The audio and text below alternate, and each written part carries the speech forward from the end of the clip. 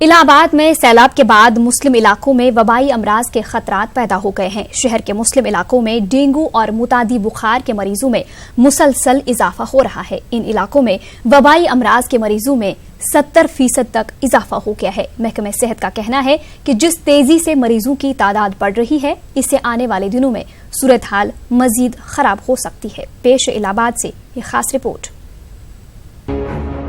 गुज़िश्ता दिनों इलाहाबाद में शदीद बारिश और सैलाब के बाद शहर के पुराने इलाकों में डेंगू और मुतादी बुखार के वायरस ने दस्तक दे दी है। इलाके में सेहत की संगीन सूरत हाल को देखते हुए हुकूमत ने डेंगू के मरीजों के लिए अस्पतालों में आइसोलेशन वार्ड बनाए हैं। सरकारी एदाद-ओ-शुमार के मुताबिक अब तक 15 मरीजों में डेंगू की तस्दीक हो चुकी है। डॉक्टरों का कहना है कि आने वाले दिनों में डेंगू और मुतादी बुखार के मरीजों की तादाद में मजीद इजाफा हो सकता है। इन्फेक्शन अभी तो आ रहे हैं, अभी और ज़्यादा आएंगे। और डेली जो है जनरल फीवर के तो इस समय इतने ज़्यादा मरीज आ रहे हैं कि ओपीडी 50-60% फीवर के ही रहते हैं। उसमें टाइफाइड बहुत ज़्यादा हो रहा है। डेंगू के भी मरीज कई आ रहे हैं। इस समय इस महीने भर में 15 मरीज भर्ती हो चुके हैं। 15 पॉजिटिव, भर्ती तो और ज़्यादा हुए हैं। और सबकी रिपोर्ट हम लोग डेली भेजते हैं सीएमओ के यहाँ और डीएम के यहाँ।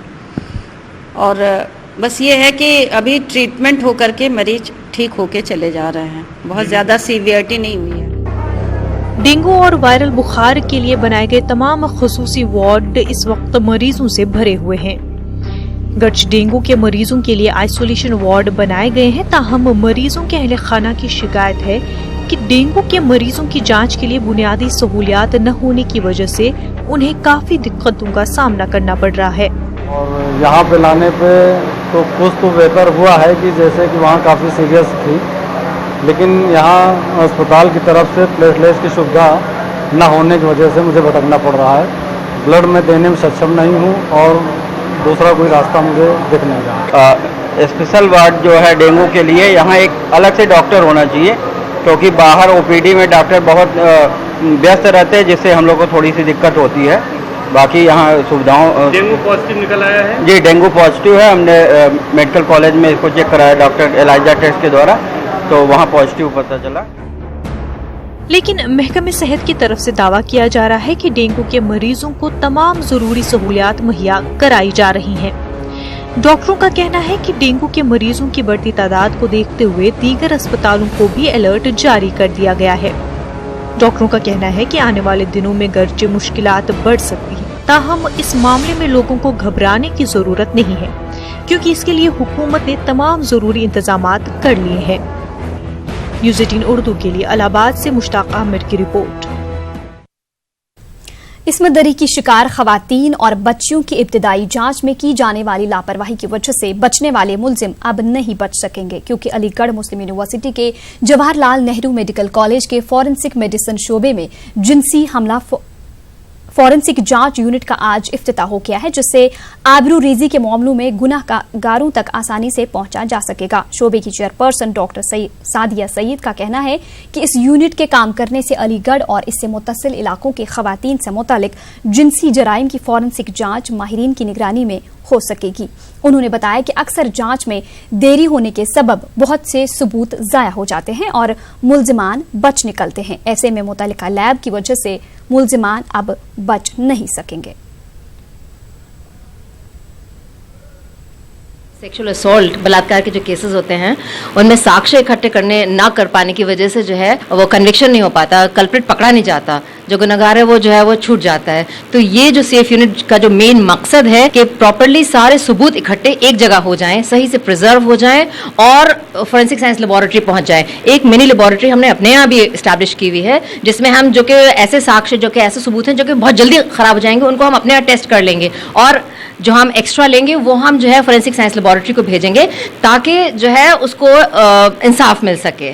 ज़्यादातर केसेस जो आते हैं और जो डिस्ट्रिक्ट हॉस्पिटल्स में और छोटे हॉस्पिटल्स में जाते हैं, वहाँ पे एविडेंस जो है जो कि मरीज़ के जिस्म पे होता है या उसके कपड़ों में होता है, या लेट पेशेंट्स आते हैं, तो उनके पास वो एविडेंस या तो गायब हो जाता है या इस काबिल नहीं रहता कि उसको कोर्ट ऑफ लॉ में प्रेजेंट किया जाए। तो इस लैब की वजह से अगर लेट भी पेशेंट आ रहा है और वो सब चीज़ें, उसके कपड़े, उसके बॉडी पे जो भी स्टेन्स हैं, वो सब बहुत अच्छी तरह से यहाँ पे प्रिजर्व किए जा सकते हैं। मुल्क के दीगर हिस्सों की तरह हैदराबाद में भी सर सैयद डे मनाया गया, जिसमें बड़ी तादाद में अलीग बिरादरी ने शिरकत की और सर सैयद के मिशन को आगे बढ़ाने का आज़म किया। देखिए रिपोर्ट। शहर हैदराबाद के उर्दू हॉल में जश्न सर सैयद मनाया गया। तकरीब में बड़ी तादाद में अलीगढ़ मुस्लिम यूनिवर्सिटी के तलबा कदीम ने शिरकत की। प्रोग्राम के मेहमान खुसूसी प्रोफेसर फरहतुल्लाह खान ने सर सैयद और अलीगढ़ तहरीक पर सैर हासिल गुफ्तगू की, जबकि एसोसिएशन के नायब सदर शाहिद हुसैन ने सर सैयद के कारनामों पर रोशनी डाली। सर सैयद के रेलेवेंस तो तालीम के मैदान हो या सियासत का या जिसे कहना चाहिए मंतिक का, कानून का, हर जगह है। और उनका एक ही मैसेज था कि अपने मुखालिफ के सामने जूता नहीं उठाना है, कलम उठाना है। सर सैयद एक ऐसी वर्सेटाइल शख्सियत का नाम था कि उन्होंने हर फ्रंट के ऊपर काम किया है, हर फ्रंट पे। उनके तमाम मामला तो एक आदमी नहीं पहुंचा सकता। हम सबको अपना अपना फील्ड तय कर लेना चाहिए कि हमको किस प्याम को उनके आपके पास कौन सा अहम है, उसको आप दयानतदारी से कैसे पहुंचेंगे। लेकिन सबसे बुनियादी मकसद यही है कि अली बरादरी आपस में मिले, बॉन्ड्स जो लेटेंट हो जाते हैं कभी मुलाकातें कम होने से, वो फिर से रिन्यू हो जाए, ये हमारा मकसद है। तकरीब में बड़ी तादाद में अलीगढ़ मुस्लिम यूनिवर्सिटी के तलबा कदीम ने शिरकत की। तलबा ने खुशी का इजहार करते हुए कहा कि अलीग बिरादरी का एक छत के नीचे जमा होने का ये एक अच्छा मौका होता है। Happy Sir Sayyid Day.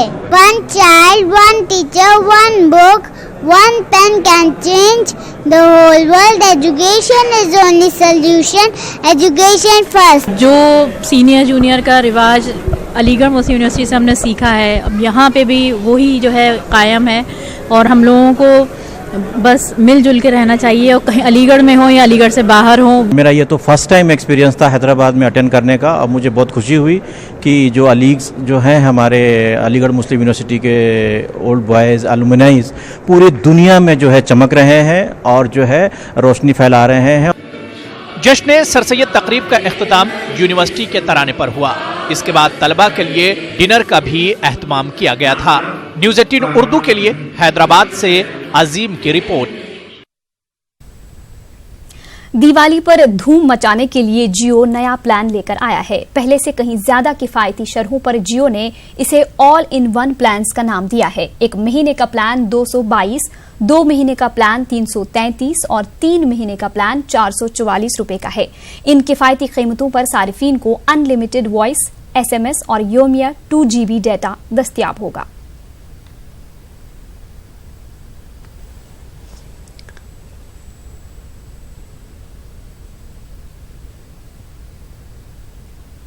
Jharkhand Mukti Morcha के सीनियर लीडर व साबिक वजीर अक़लियती फलाह हाजी हुसैन अंसारी ने मरकज और रियासत की बीजेपी हुकूमत को सख्त तनकीद का निशाना बनाया है।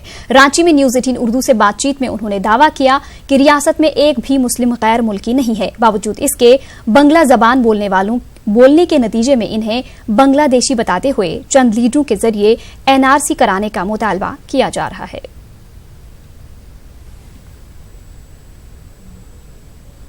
जब चुनाव होता है कहीं न कहीं कुछ सरकार कुछ कर लेती है, सेंटिमेंट उभारने के बाद उसका तो कुछ है नहीं। कभी पाकिस्तान तब ले जाते हैं, कभी 370 तब ले जाते हैं, यहाँ तो कोई असर है नहीं। ऐसे ना वो भाई हम देखे जब कुछ है ही नहीं, क्या हम तो चाहते हैं करें नरसिंह, और देखा कि कहाँ हम लोग बाहर का आया हुआ है, एक भी आदमी बाहर का नहीं मिलेगा इस इलाके में। पटना JD विमेंस कॉलेज की तालिबात ने आज जमकर हंगामा किया। सड़कों से लेकर कॉलेज कैंपस और प्रिंसिपल के चैम्बर में घुसकर इन तालिबात ने हंगामा किया।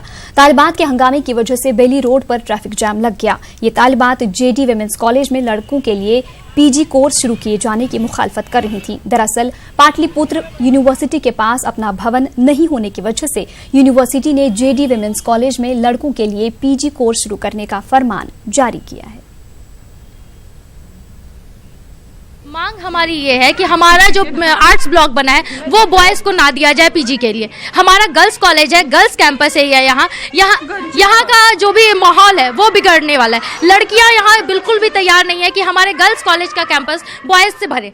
ये हमारी बस छोटी सी एक मांग है जिसको यहाँ कॉलेज प्रशासन और विश्वविद्यालय प्रशासन, पाटलिपुत्रा विश्वविद्यालय प्रशासन नहीं सुनने की ये कर रहा है। ना हम लोगों से प्रिंसिपल मैम एक बार भी धरने में मिलने आई या बात करने। पाटलिपुत्र विश्वविद्यालय नया बना है, उसे पीजी खोलने के लिए एक जगह चाहिए थी जो कि नहीं हो पा रहा था। हमारा नया विश्वविद्यालय है तो कोऑपरेशन था कि 2 फ्लोर उनको हम देंगे। पूरी सुरक्षा की व्यवस्था की गई है, उसको पीओपी से करके ग्रिलिंग कर दिया जाएगा। लड़के उधर से आएंगे उधर ही जाएंगे। 8 से 11 उन लोगों का क्लास चलेगा, उसके बाद हम लोग चले जाएंगे तो 12 बजे से हम लोग क्लास करेंगे। बस यही व्यवस्था है। त्योहारों के मौसम में दहशतगर्द बिहार में अपनी नापाक साजिश को अंजाम दे सकते हैं। निशाने पर अवामी मकामात के अलावा हिफाजती दस्ते और उनके दफातर हो सकते हैं।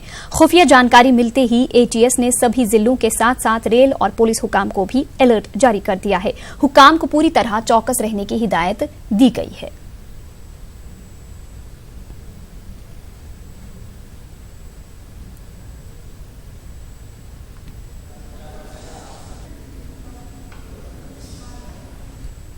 मामला है कि छठ और दीपावली पूजा में बहुत से यात्री आते और जाते हैं, जिसके लिए हम कभी जीआरपी और आरपीएफ दोनों संयुक्त से हम लोग छापेमारी वगैरह करते हैं ताकि यात्री को तकलीफ न हो।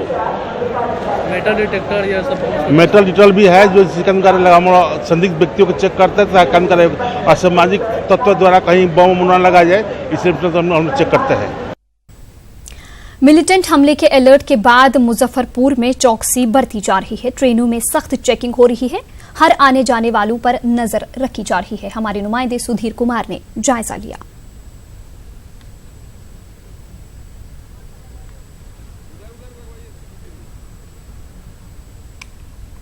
देश के कई प्रमुख शहरों में आतंकी अलर्ट को लेकर मुजफ्फरपुर में अलर्ट किया गया है। मुजफ्फरपुर रेलवे स्टेशन पर आप देख सकते हैं कि जो डॉग स्क्वाड है और एसएसबी की टीम है ट्रेनों की जांच में लगी है। जीआरपी उनका सहयोग कर रही है और जीआरपी की मदद से यह पूरी कवायद ट्रेन में और स्टेशन पर चलाई जा रही है। यात्रियों के सामान की जाँच हो रही है। जीआरपी के प्रभारी हैं, क्या कैसे है ये सब? ये आतंकी हमला के लेके और आगामी जो पर्व आ रहा है दीपावली और छठ, इसके लिए जाँच किया जा रहा है। रेल पुलिस अधीक्षक महोदय मुजफ्फरपुर के निर्देशानुसार, और ये जांच कल से ही लगातार जारी है। क्या कुछ देख रहे हैं, क्या कुछ बिंदु है सुरक्षा के? सुरक्षा का बिंदु है कि आतंकी हमला के लेके और नशाखुरानी के विरुद्ध अभियान हम लोग चला रहे हैं, पर्चा भी बांट रहे हैं। यही उद्देश्य है कि आने वाले यात्री को कोई दिक्कत नहीं हो। उम्मीद करते हैं कि पूरा मुहिम है वह रंग लाएगा और बेहतर परफॉर्मेंस इसके देश भर में देखने को मिलेंगे। सुधीर कुमार, न्यूज़ 18, मुजफ्फरपुर। आज एक बार फिर पाकिस्तान की जानिब से एलओसी के कस्बा और केरनी में हिंदुस्तानी चौकियों और रिहायशी इलाकों को निशाना बनाया गया। पाकिस्तान की गोलाबारी की वजह से पूरे इलाके में खौफ का माहौल पैदा हो गया है। मकामी लोगों का कहना है कि लगातार फायरिंग की वजह से इनका जीना मुश्किल हो गया है। उधर हिंदुस्तानी आर्मी पाकिस्तानी इश्ताल अंगेजी का माकूल जवाब दे रही है। आखिरी इतलात मिलने तक किसी तरह के नुकसान की कोई खबर नहीं थी। ये बॉर्डर पर सख्त फायरिंग हो रही है। ये पूरा इलाका आप देखेंगे, बॉर्डर के लोगों की ज़िंदगी जो है वो जीना बहुत मुश्किल हो गई है। यहाँ पर लोगों को दो तरीके से मार पड़ती है। वो सामने देखो गोले लग रहे हैं, लोग छुपे हुए हैं घरों में, किसी के माल मवेशी का नुकसान हो रहा है, मकान का, प्रॉपर्टी का, फसल का सब नुकसान हो रहा है।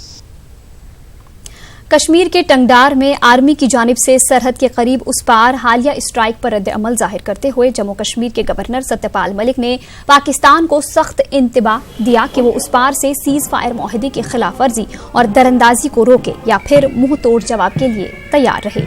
मलिक ने श्रीनगर में मीडिया से बात करते हुए कहा कि सरहद के उस पार तमाम मिलिटेंट कैंपों को तबाह कर दिया जाएगा और अगर पाकिस्तान अपनी हरकत से बाज नहीं आया तो हम उसके हुदूद में घुसने में नहीं हिचकिचाएंगे। सत्यपाल मलिक ने कहा कि 31 अक्टूबर को जम्मू कश्मीर की अज़र-ए-नौ हदबंदी का अमल मुकम्मल होगा। उन्होंने नौजवानों से अपील की कि वो तरक्याती सरगर्मियों के अमल में अपना रोल अदा करें। जंग बुरी चीज़ है, पाकिस्तान को बिहेव करना चाहिए। अगर वो बाज नहीं आएंगे तो कल जो हुआ है उससे ज़्यादा होगा। और यहाँ के लोगों को मैं ये कहना चाहता हूँ कि 1 तारीख से एक नया कश्मीर होगा, इसमें हिस्सेदारी करें और इसको आगे बढ़ाएं। ये जो लड़के हैं जो घूम रहे हैं, मैं इनसे भी अपील करता हूँ कि अब तक क्या हासिल हुआ आपको, जो हासिल होगा वो आके आप अपनी स्टेट को पकड़िए, इसको आगे बढ़ाइए। टेररिस्ट कैंप्स को हम बिल्कुल बर्बाद कर देंगे और अगर ये नई बाज आए तो हम अंदर जाएंगे। आर्मी ने टंगडार सेक्टर में लाइन ऑफ कंट्रोल पर कल हुई स्ट्राइक के दौरान शहीद हुए हवालदार पदम बहादुर श्रेष्ठा, राइफलमैन गामिल कुमार श्रेष्ठा को खराज अकीदत पेश किया। बीबी कंटोनमेंट श्रीनगर में मुनाकिदा एक तकरीब के मौके पर major general GS Kahlon, chief of staff, Chinar corps और तमाम रैंक के अफसरान ने बहादुर शहीदों को खराज अकीदत पेश किया। दीगर सिक्योरिटी एजेंसियों के नुमाइंदों ने भी शहीद जवानों को खराज अकीदत पेश किया। हवलदार पदम बहादुर श्रेष्ठा, राइफलमैन गामिल कुमार श्रेष्ठा टंगडार में लाइन ऑफ कंट्रोल पर तैनात थे। पाकिस्तान की जानिब से बिला इश्ताल गोलाबारी के दौरान कल दोनों बहादुर जवान जख्मी हो गए थे। इन्हें फील्ड अस्पताल टंगडार में दाखिल किया गया था, ताहम दोनों जख्मों से जानवर न हो सके। शहीद हवलदार पदम बहादुर श्रेष्ठा का ताल्लुक आसाम के जिला गोलाघाट की धनसिरी तहसील से था। वो अपने पीछे अहलिया और 3 बच्चों को छोड़ गया, जबकि शहीद राइफलमैन गामिल कुमार श्रेष्ठा का ताल्लुक नेपाल के पल्पा जिला के ल्यूम्बिनी इलाके से था। दोनों शहीदों के जसद खाकी उनके आबाई इलाकों की जानिब रवाना कर दी गई हैं, जहां सरकारी एजाज के साथ इन्हें आखिरी सफर पर ले जाया जाएगा। 10 साल के इंतजार के बाद जिला अदालत श्रीनगर ने Romana hit and run case में फैसला सुनाया। मामले में एक मुलजिम को कसूरवार ठहराते हुए उम्र कैद की सजा सुनाई गई है। वाज़ेह रहे कि 3 मई 2009 को 17 साला रोमाना को श्रीनगर के बरजला इलाके में उस वक्त गाड़ी में सवार 2 नौजवानों ने ताक़ुब करते हुए कत्ल कर दिया था, जब वो ट्यूशन की खर्च से अपने घर से निकली थी। वाक़े के बाद वादी भर में लोगों के अंदर गम और गुस्सा देखा गया था। बिलाखिर आज जिला अदालत श्रीनगर के प्रिंसिपल डिस्ट्रिक्ट और सेशंस जज ने इस मामले में फैसला सुनाया। उन्होंने कश्मीर में खवातीन के खिलाफ जराइम में इजाफे पर तशवीश का इजहार किया। वहीं रोमाना मामले में दूसरा मुलजिम जुवेनाइल कोर्ट में है। इस दौरान रोमाना के वालिदैन ने फैसले का खैर मकदम किया है।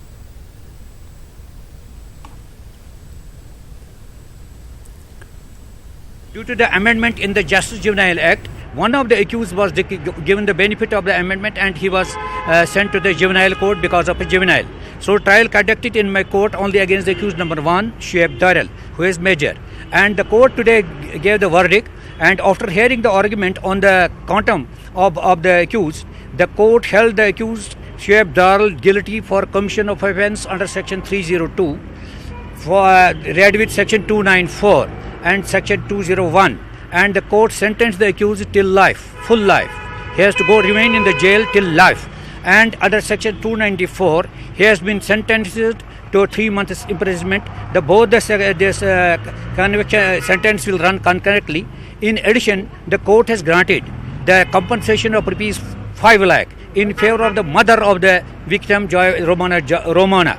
Because it was the accused was not directed to give the compensation because he is continuously in jail since last 10 years. So the legal service authority, JTK government, has been directed to provide this compensation to the victim of the mother. So I am satisfied with the judgment of the court. After hard, long efforts, I have contested this case. Initially, firstly as PP, then I was appointed special public prosecutor in the case. I have taken this because it is a crime against the women in the society, and this crime against the society. So to curb this crime, I have with whole heart, honestly, and hard efforts contested this case on behalf of the state without any fee. I have not charged any fee. दूसरे मुल्जिम के बारे में आपने कहा उसका trial अभी justice juvenile court में चल रहा है, तो ये वर्दी की कॉपी उनको भी जाएगी क्योंकि उसका बेनिफिट हुआ है. Maybe I will file an application because now as per the central this juvenile act is here to be applied after 31st and there the age of the juvenile is 16 years. So I may file an application that he is not a juvenile, he cannot be given benefit because of the present. I may file, I'm thinking on that, I'm doing work on that. अल्लाह का शुक्र है, अल्लाह का शुक्र है. मैं पहले electronic media, print media और यहाँ के पुलिस का शुक्रगुजार हूँ. मैंने हमेशा कानून पर भरोसा रखा. हालांकि सारे लोग मुझे कहते थे कि आप क्यों अपनी परेशानी में मुब्तला हो जाते हो, मत जाओ अदालत के पास, कुछ नहीं मिलेगा. लेकिन अदालत ने मेरी वो जो मेरी चाहत थी वो बराबर आज हो गई, मुझे इंसाफ मिला। मैं शुक्रगुजार हूँ अपने वकील साहब का, जिसकी काविशों के साथ अगर ये वकील साहब नहीं होते मेरे ख्याल में कुछ नहीं होता। मैं अल्लाह का शुक्र करता हूँ कि आप जैसे लोग मेरे साथ आए। मैं कहता हूँ कि अगर आप लोगों ने इसको ज़िंदा नहीं रखा होता, हमेशा आपने मेरी हौसला अफजाई की। इस वक्त तो मैं खुश हूँ क्योंकि जो मैं चाहता था और अदालत के इंसाफ से मैं बहुत मुतमईन हूँ। 10 साल के मुश्किल इंतज़ार के बाद आखिरकार रुमाना जावेद के वालिदैन को, उनके घर वालों को, उनके रिश्तेदारों को राहत मिली, उन्हें इंसाफ मिला। न्यूज़ 18 उर्दू हमेशा से इंसाफ दिलाने की, मरहूम रुमाना को इंसाफ दिलाने की इस मुहिम में हमेशा से साथ रही और इस मामले को उजागर करती रही। जहांगीर अजीज़ के साथ शब्बीर अहमद, न्यूज़ 18 उर्दू, श्रीनगर। श्रीनगर में आज यौम शहीदान पुलिस मनाया गया। खिदमत की अंजामदेही के दौरान अपनी जान निछावर करने वाले जवानों को खराज अकीदत पेश किया गया। गवर्नर सत्यपाल मलिक ने शहीदों के अहले खाना के एक्सग्रेशिया को बढ़ाकर 1 करोड़ रुपए करने का वादा किया। पेश है हमारे चीफ रिपोर्टर परवेज भट्ट की रिपोर्ट। जम्मू कश्मीर पुलिस ने यौम शहीदान पुलिस के मौके पर सिक्योरिटी फोर्सेस के 292 शहीद जवानों को भरपूर खराज अकीदत पेश किया। 1 सितंबर 2018 से 31 अक्टूबर 2019 तक वादी कश्मीर में मुख्तलिफ ऑपरेशंस के दौरान 292 जवानों ने अपनी ड्यूटी अंजाम देते हुए जान की कुर्बानी दी है।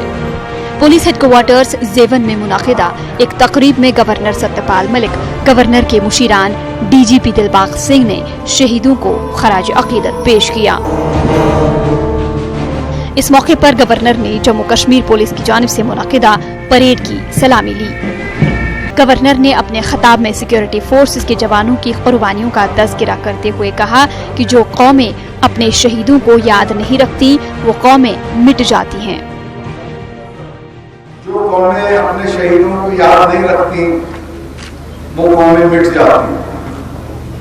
पूरी दुनिया में आप देखिए वही कौमें सर्वाइव करती हैं जो अपने शहीदों को याद करती हैं। मैं नहीं समझता कि देवी देवताओं को याद करना उतना जरूरी है जितना अपने शहीदों को याद करना जरूरी है। वो नहीं होते तो हम नहीं होते, वो हमारी रक्षा करते हैं। वो जिन हमें तो देख के आए हो सियाचिन के नीचे तक, जिन हालात में हमारी फौज, हमारे सिपाही, हमारी पुलिस खड़ी रहती है, जीती है, अपनी ड्यूटी अदा करती है, उसको देख के सर झुक जाता है कि ये कितने शानदार लोग। हम तो आराम से सोते हैं, हमको तो हीटर भी, एयर कंडीशनर भी उपलब्ध होता है, उनको तो कोई सुविधाएं नहीं होती और हर वक्त खटका लगा रहता है कि किस वक्त किस तरफ से हमला हो। इस तकरीब में सीनियर पुलिस अफसरों के अलावा ऑडियंस की गैलरी भी शहीदों के अहले खाना से भरी थी, जो अपने अजीजों को खराज अकीदत पेश करने के लिए आए थे। गवर्नर, उनके मुशीरान और सीनियर पुलिस अफसरों ने शहीदों की यादगार पर फूल निछावर किए। डीजीपी दिलबाग सिंह ने भी अपने खिताब में सिक्योरिटी फोर्सेस की कुर्बानियों को याद किया।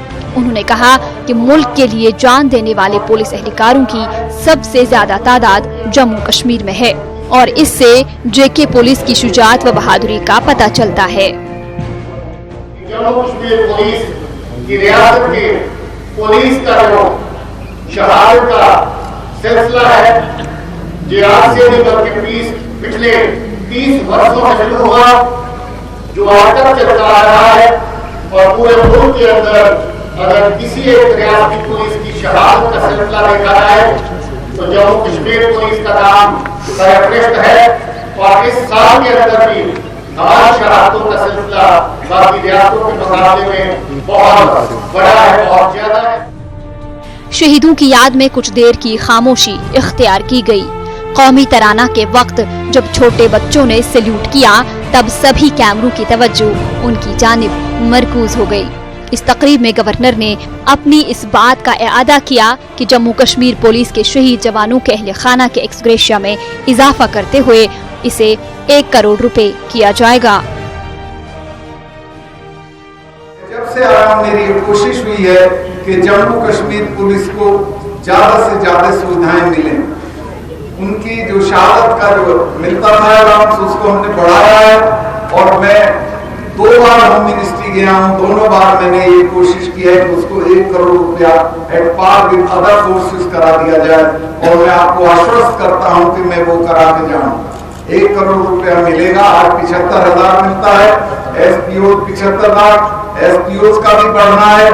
हालांकि शहादत का कोई दाम नहीं होता, शहादत की कोई भरपाई नहीं होती। इस मौके पर सत्यपाल मलिक ने दफा 370 की मनसूखी के बाद अमन ज़ब्त की बरकरारी में JK पुलिस के रोल की सत्ताइश की। उन्होंने DGP को हिदायत दी कि शहीदों के अरकान खानदान को हर मुमकिन मदद फराहम की जाए। न्यूज़ 18 उर्दू के लिए श्रीनगर से परवेज भट्ट की रिपोर्ट। जम्मू के सयाहती मकामात पत्नी टॉप और सनासर में आजकल सयाहों की आमद में इजाफा देखने को मिल रहा है। ताहम मकामी अफराद और सयाह बुनियादी सहूलतों की फराहमी को यकीनी बनाने पर जोर दे रहे हैं। आप देखिए बिलाल बाली की ये रिपोर्ट। हमें दीजिए इजाजत। आदाब। कुदरती खूबसूरती से मालामाल सूबा जम्मू के सयाहती मकामात पत्नी टॉप और सनासर में इन दिनों सयाहों की आमद में इजाफा देखने को मिल रहा है। मुल्क भर से सनासर आ रहे सयाह यहाँ के मौसम का मजा ले रहे हैं। सयाह शंखफॉल ट्रैक का भी रुख कर रहे हैं। बैरून रियासत से आए सयाह यहाँ आकर बेहद खुश नजर आ रहे हैं। साथ ही सयाहों ने इस मकाम पर सहूलतों के फुकदान की जानिब भी इंतजामिया की तवज्जो मबजूल कराई। देखिए, अगर हम सनासर की बात करते हैं तो इसको मिनी कश्मीर कहा जाता है, एंड वो बिल्कुल सही चीज़ है। बिकॉज अगर आप इधर एक नज़र घुमा के देखेंगे तो आपको कश्मीर की वादियों का ही एहसास होगा। मेरी ये रिक्वेस्ट है, क्योंकि कश्मीर में अभी जैसा भी प्रॉब्लम चल रही है, लोग वैष्णो देवी तक हमारे आ रहे हैं, कटरा तक, उनके लिए ये एक बहुत ही अच्छी लोकेशन आप कह सकते हैं, और एक बहुत अच्छा मौका है जब वो इधर आके कश्मीर की जो फीलिंग है वो यहाँ आके ले सकते हैं। At the same time I would request administration, क्योंकि एडमिनिस्ट्रेशन यहाँ जो अभी हमें फील हो रहा है कि एडमिनिस्ट्रेशन का एब्सेंस ऑफ एडमिनिस्ट्रेशन इधर दिख रहा है। ये बहुत अच्छी जगह मैंने देखी है। मैं यहाँ ट्रैकिंग करके भी आया हूँ और यहाँ की सुंदरता सबसे अच्छी है, मगर यहाँ की जो गंदगी फैला रहे हैं उससे मुझे थोड़ा दुख हो रहा है। Sanasar is a very beautiful place, बहुत ही सुंदर जगह है। आसपास काफ़ी बढ़िया अल्पाइन मीडोज हैं। It's a very beautiful lake, बहुत अच्छे, इट्स बहुत दिनों से अच्छा मेंटेन था ये, बट अभी हम लोग आए हैं तो हमें एडमिनिस्ट्रेटिव लेवल पे काफ़ी लैप्सेस देखने मिल रही हैं। जम्मू एंड कश्मीर के लिए सनासर जैसी जगह, पटनी टॉप जैसी जगह, ये एक बहुत ही ल्यूक्रेटिव टूरिज्म इंडस्ट्री का काम कर सकती है। जम्मू और गिरदुनवा के अजला से भी कसीर तादाद में लोग पत्नी टॉप, सनासर, नत्था टॉप और दीगर इलाकों में आकर खूब मजे कर रहे हैं, लेकिन खस्ताहाल सड़कों से इन्हें दुश्वारियों का सामना करना पड़ रहा है। सयाहों का कहना है कि वो दूर दराज मकामात से यहाँ के खूबसूरत नज़ारों से लुत्फ अंदोज होने के लिए आए, लेकिन सड़कों की खराब हालत और दीगर बुनियादी सहूलतें न होने से इन्हें थोड़ी मुश्किलात पेश आई हैं। जो टूरिस्ट हैं वो कम से कम इंटरेस्ट लेते जा रहे हैं हर साल, जिसकी वजह से हमारी स्टेट को भी नुकसान होता है, हमारे रामबन को भी और सनासर को भी नुकसान होता है। इसलिए रोड को जो है आप खुद ही देख सकते हैं कि इतनी खस्ता हालत है, इतने खड्डे हैं कि जो एक बार गाड़ी लेके आएगा वो दूसरी बार आएगा नहीं। अच्छी जगह है पत्नी टॉप सनासर देख लो आप, ये बोटिंग लगी हुई है, बोटिंग भी कर सकते हो आप, बाकी जिप लाइन, बाकी काफ़ी एडवेंचर लगे हुए हैं, मस्त है। बाकी वही है प्रॉब्लम, थोड़े लोग कम आ रहे हैं। रिक्वेस्ट की जाएगी सब लोगों से कि जो भी जैसे कटरा में वैष्णो देवी में आते हैं वो इधर भी आ सकते हैं और आराम से घूम सकते हैं, मस्त जगह है। न्यूज़ 18 उर्दू ने सनासर सड़क राबते की खस्ताहाली और बुनियादी इंफ्रास्ट्रक्चर की कमी का मसला जिला तरक्याती कमिश्नर रामबन के साथ उठाया, जिस पर उन्होंने कहा कि सनासर सड़क राबते के मसले पर उन्होंने एक प्रोजेक्ट तैयार करके हुकूमत को सौंपा है, जिस पर जल्द काम शुरू होने की उम्मीद है। वेस्ट है कि इसको थोड़ा और डेवलपमेंट करें और बाहर से और टूरिस्ट आए यहाँ पे देखने के लिए, क्योंकि थोड़ा लोकेशन इसकी अननोन है, सबको इसके बारे में पता नहीं है, बट और लोग यहाँ पे आएंगे और इस जगह को देखेंगे और इसकी डेवलपमेंट और अच्छी होगी तो ये सबसे बेस्ट टूरिस्ट स्पॉट बन सकता है जम्मू कश्मीर का।